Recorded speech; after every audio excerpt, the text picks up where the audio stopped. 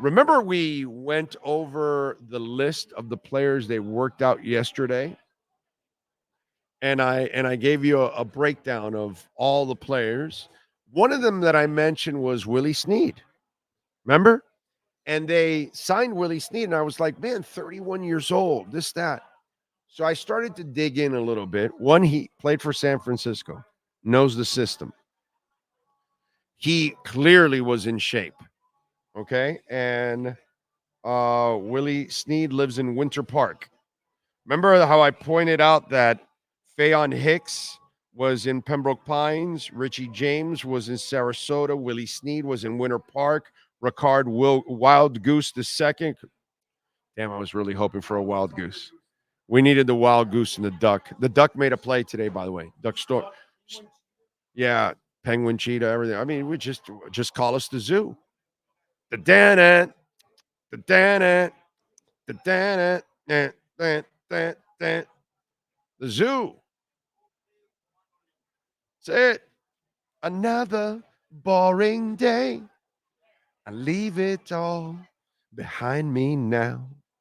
Anyway, I probably lost like 98% of you. I have no idea what I was doing right there. Anyway, so we told you about how they had local ties. This is kind of interesting. You're trying to develop a slot receiver. You've got a bunch of young guys. Okay, this is kind of what I'm putting together. Okay, got a bunch of young guys. Odell, when he plays, he's going to play on the outside.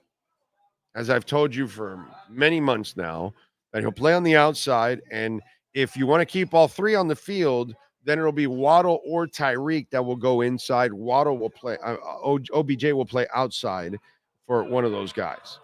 Damn, that was good news today. Anyway, so that would happen that way. But you need to work on that slot guy. And you got a bunch of young people and all that kind of stuff. Well, here's a guy.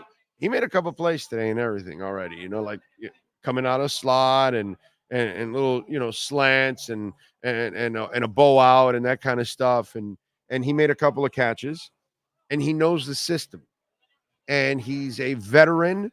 And by the way, he's still in really good shape overall. What they did, this is what I think. I'm just throwing this out there. I think they added a coach that can play. And how's the practice squad this year? Or last year and the year before? Isn't it easy to stash all kinds? It's not like it used to be that you had to be a really young player that only had like 2 years of service or less. Or remember all that kind of crap? Now, older players are hitting on and nobody's going to take a 31-year-old receiver off your practice squad and put him on the active roster in another team. That's not going to happen with him. Because if they do, then they have to guarantee the money or something, right? Yeah. I mean, there's a rule to that. And you have to guarantee the roster spot. That's right. 53. The 53-man roster spot plus guarantee. Yeah, you're going to have, because the agent's going to ask for some guarantees. You know what I mean? That's why you don't see a 31-year-old receiver going most of them. Right. So what you do is you bring the 31-year-old receiver, you bring him in, he helps you in training camp, he runs the routes, he knows the offense, he teaches the young guys, and then you reward him. You could by putting him on the practice squad. And then he's there with you. Not that you'll use him. Maybe you'll use him for emergencies if you're completely depleted, since he knows the offense and all that. But it's interesting with all the young cats you have, and you're trying to solve that third receiver issue in that slot. You bring in a guy like Willie Snead, who then knows the system, knows the route tree, and is there to be an example, coach guys up, push them, all that kind of stuff, and help your team be better. And since practice squad now is deep as hell, come on, man.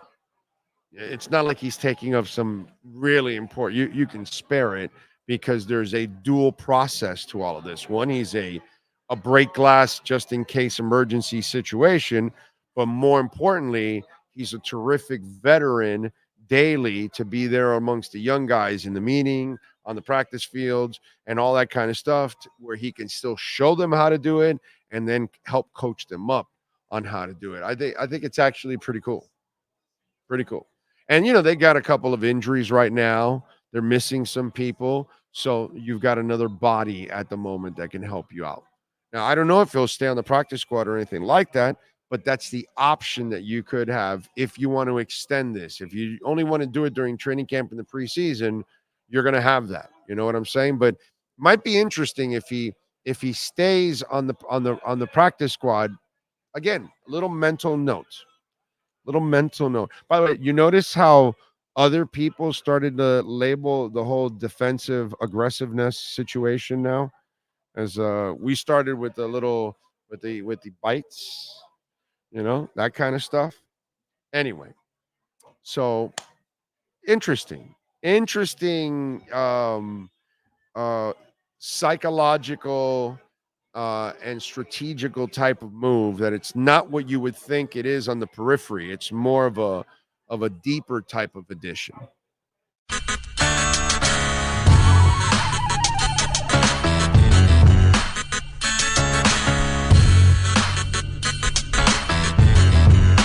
This is the Big O Show. This is the Big O Show.